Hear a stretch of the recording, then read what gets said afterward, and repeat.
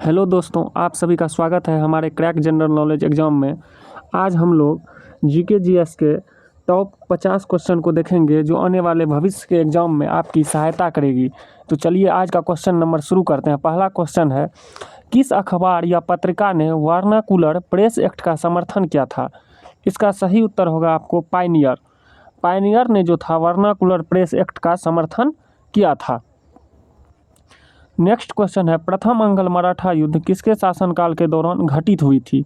तो ये Warren Hasting के काल में प्रथम अंग्ल मराठा युद्ध की शुरुआत हुई थी। अगला क्वेश्चन है, उस्ताद मंसूर किसके दरबार में प्रमुख चित्रकार थे? तो ये जहांगीर के दरबार में थे उस्ताद मंसूर। द्वैतवाद सिद्धांत के प्रतिपादक कौन है? माधवाचार्य। द्वैतवाद सिद्धांत के प्रतिपादक कौन है? माधवाचार्य द्वैतवाद सिद्धांत के प्रतिपादक हैं। दीवान-ए-कोही विभाग की स्थापना किस शासक ने की थी? मोहम्मद बिन तुगलक ने। दीवान-ए-कोही विभाग की स्थापना किस शासक ने की थी? मोहम्मद बिन तुगलक ने की थी। लोहार वंश का संस्थापक निम्नलिखित में से कौन था? संग्रामराज। लोहार वंश का संस्थापक संग्रामराज थे। किस विद्वान ने बिंदुसार को 16 राज्यों का विजेता बताया था? तारानाथ ने। तारानाथ ने बिंदुसार को 16 राज्यों का विजेता बताया था।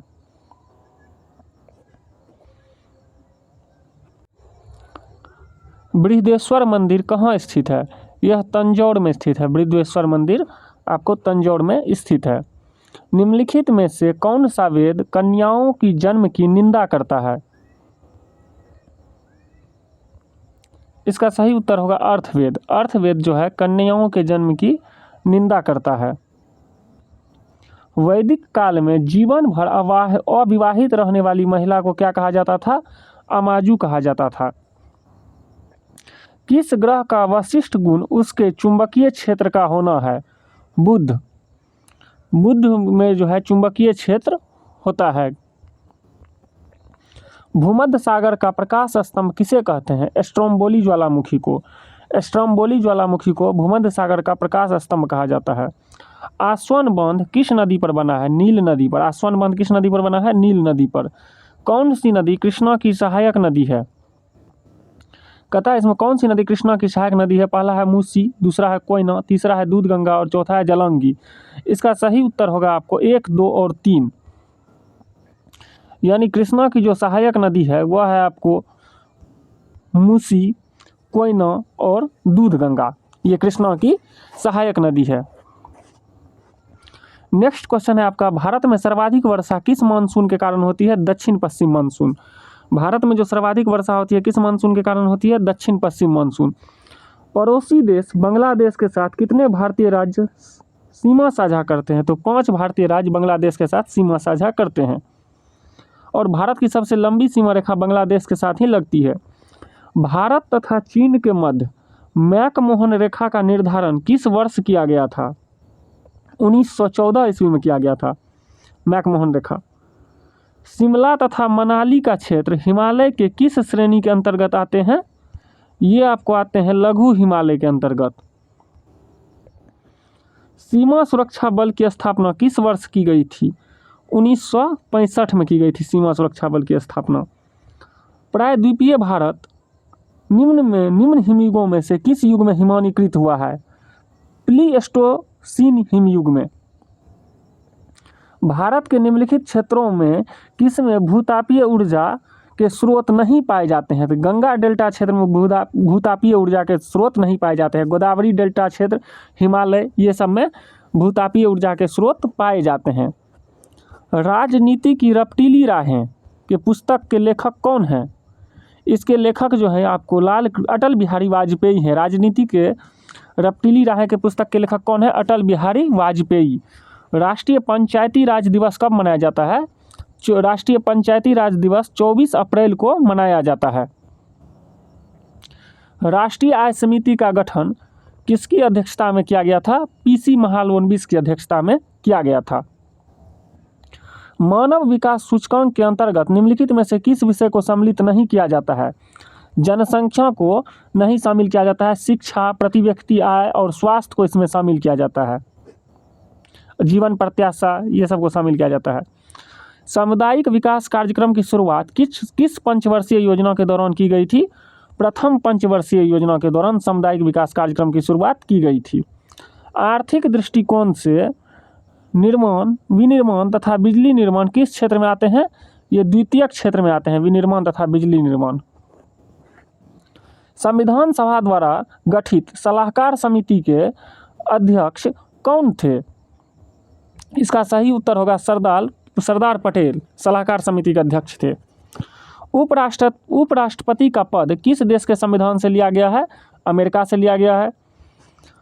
विधायकों तथा सांसदों द्वारा ली जाने वाली शपथ या प्रतिज्ञा का प्रारूप किस अनुसूची में वर्णित है? तीसरी अनुसूची में वर्णित है। भारत के वर्तमान राष्ट्रपति तथा उपराष्ट्रपति का अपने पद के अनुसार क्रम क्या है? तो राष्ट्रपति 15वें नंबर के हैं और उपराष्ट्रपति जो है आपके 14वें नंबर के हैं। भारत के किसी राज्य को विशेष राज्य का दर्जा किस फार्मूले के आधार पर दिया जाता है? ये गॉडगिल फार्मूले के आधार पर किसी भी राज्य को विशेष राज्य का दर्जा दिया जाता है। भारतीय संसद की औपचारिक स्थापना कब हुई थी? औपचारिक स्थापना भारतीय संसद की 26 नवंबर 1949 को। पंचायती राज संबंधी प्रमुख समितियों में से किसका मिलान गलत है? तो ये एल.एम. सिंघवी समिति की स्थापना 1988 में नहीं हुई थी। चीन का राष्ट्रीय खेल निम्नलिखित में से क्या है? Table tennis. चीन का राष्ट्रीय खेल क्या है? टेबल टेनिस है। भारत ने ओलंपिक में पहली बार स्वर्ण पदक कब जीता था? 1900 ईस्वी में। किसी जीवित शरीर के भीतर कोशिका या ऊतक की मृत्यु को क्या कहते हैं? इसको कहते हैं नेक्रोसिस। प्रकाश संश्लेषण के दौरान प्रकाशीय ऊर्जा किसमें परावर्तित होती है? तो ये जो है आपको प्रकाशीय ऊर्जा रासायनिक ऊर्जा में परिवर्तित होती है। निम्नलिखित में कौन ग्रीन हाउस गैस का उदाहरण नहीं है? नाइट्रिक ऑक्साइड, ये ग्रीन हाउस गैस नहीं है। जलवाष्प, कार्बन डाइऑक्साइड, क्लोरोफ्लोरोकार्बन, ये सब ग्रीन हाउस गैस हैं।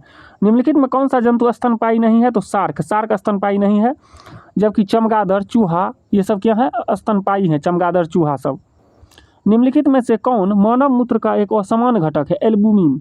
एल्बुमिन की अधिकता जब हो जाती है तो किडनी फेल होने की संभावना बढ़ जाती है। ये देखिए क्वेश्चन न्यूमेरिकल है, इसको बाद में हम लोग कर लेंगे। निम्नलिखित में से किसे विलयन भी कहा जाता है? समांगी मिश्रण को विलयन कहते हैं। तुल्यकारी उपग्रह के परिक्रमण की अवधि कितनी होती है? 24 घंटा। तुल्यकारी उपग्रह के परिक्रमण की अवधि कितनी होती है? 24 घंटा। पेंडुलम को चंद्रमा पर ले जाने पर उसके आवर्तकाल पर क्या प्रभाव पड़ता है? बढ़ जाता है। अगर पेंडुलम को चंद्रमा पर ले जाएंगे तो उसके आवर्तकाल क्या होगा? बढ़ेगा। एक्स किरण किस प्रकार की तरंग है? विद्युत चुंबकीय। एक्स किरण जो है विद्युत चुंबकीय तरंग है। जब किसी वस्तु को दो समांतर समतल दर्पणों के बीच रखा जाता है तो बने हुए प्रतिबिंबों की संख्या क्या होती है? अनंत होती है। थीटा बराबर इसका फार्मूला होता है 360 - 1। वर्णांतता नामक रोग को किसके प्रयोग द्वारा दूर किया जा सकता है? किसी से नहीं। वर्णांतता रोग जो है ये दूर नहीं होता है। इसको किसी भी लेंस का प्रयोग करके हम लोग दूर नहीं कर सकते हैं वर्णांतता रोग को। निम्नलिखित में से कौन सा एक निष्क्रिय गैस का उदाहरण है? इसका सही उत्तर होगा ऑर्गन। ऑर्गन निष्क्रिय गैस है। आतिशीबाजी में हरा रंग किसके कारण दिखाई पड़ता है? बेरियम के कारण। बेरियम के कारण हरा और स्ट्रोंशियम के कारण लाल रंग दिखाई देता है। उसके बाद आइए हम लोग इम्पोर्टेंट फैक्ट, महत्वपूर्ण तथ्य को देख लेते हैं जो आने वाले एग्जाम में भी आपकी सहायता करेगी। भारत में सर्वप्रथम कागजी मुद्रा की शुरुआत जो हुई थी वह 1862 ईस्वी में हुई थी। भारत में दशमलव मुद्रा प्रणाली की शुरुआत 1957 ईस्वी में 1 अप्रैल को हुई थी। भारत में मुद्रा का पहली बार अवमूल्यन कब हुआ था? 1949 ईस्वी में। भारत में मुद्रा का दूसरी बार अवमूल्यन हुआ था 1966 ईस्वी में। भारत में मुद्रा का तीसरी बार अवमूल्यन हुआ था 1991 ईस्वी में। भारत में नोट निर्गमन की प्रणाली, न्यूनतम कोष प्रणाली को कब अपनाया गया? 1956 में। भारतीय रिजर्व बैंक की स्थापना कब हुई थी? 1935 में भारतीय रिजर्व बैंक की स्थापना। भारतीय रिजर्व बैंक का राष्ट्रीयकरण किया गया था 1949 में। भारतीय रिजर्व बैंक का मुख्यालय कहाँ स्थित है? मुंबई में। विश्व में सर्वप्रथम जीएसटी अपनाया गया था फ्रांस में। भारत में जीएसटी लागू कब हुआ था? 2017 ईस्वी में। भारत में लागू जीएसटी किस देश के मॉडल पर आधारित है? कनाडा के मॉडल पर। भारत में जीएसटी लागू करने का सुझाव किस समिति ने दिया था? विजय केलकर समिति ने। जीएसटी नंबर में अंकों की कुल संख्या कितनी होती है? 15। आधार कार्ड में होती है 12। आधार कार्ड में। जीएसटी परिषद का गठन किया गया है, इसका वर्णन किस अनुच्छेद में है? अनुच्छेद 279 के ए में। किस संशोधन द्वारा भारत में जीएसटी को लागू किया गया है? 101वां संविधान संशोधन 2016। भारत में पंचवर्षीय योजनाओं के स्वरूप को किस देश से लिया गया है? रूस से लिया गया है। अनवरत योजना रोलिंग प्लान लागू किया गया था 1978-80 ईस्वी में। नई आर्थिक सुधार नीति को शुरू किया गया था 1991 ईस्वी में। भारत में बैंकों का पहली बार राष्ट्रीयकरण किया गया था 1969 में।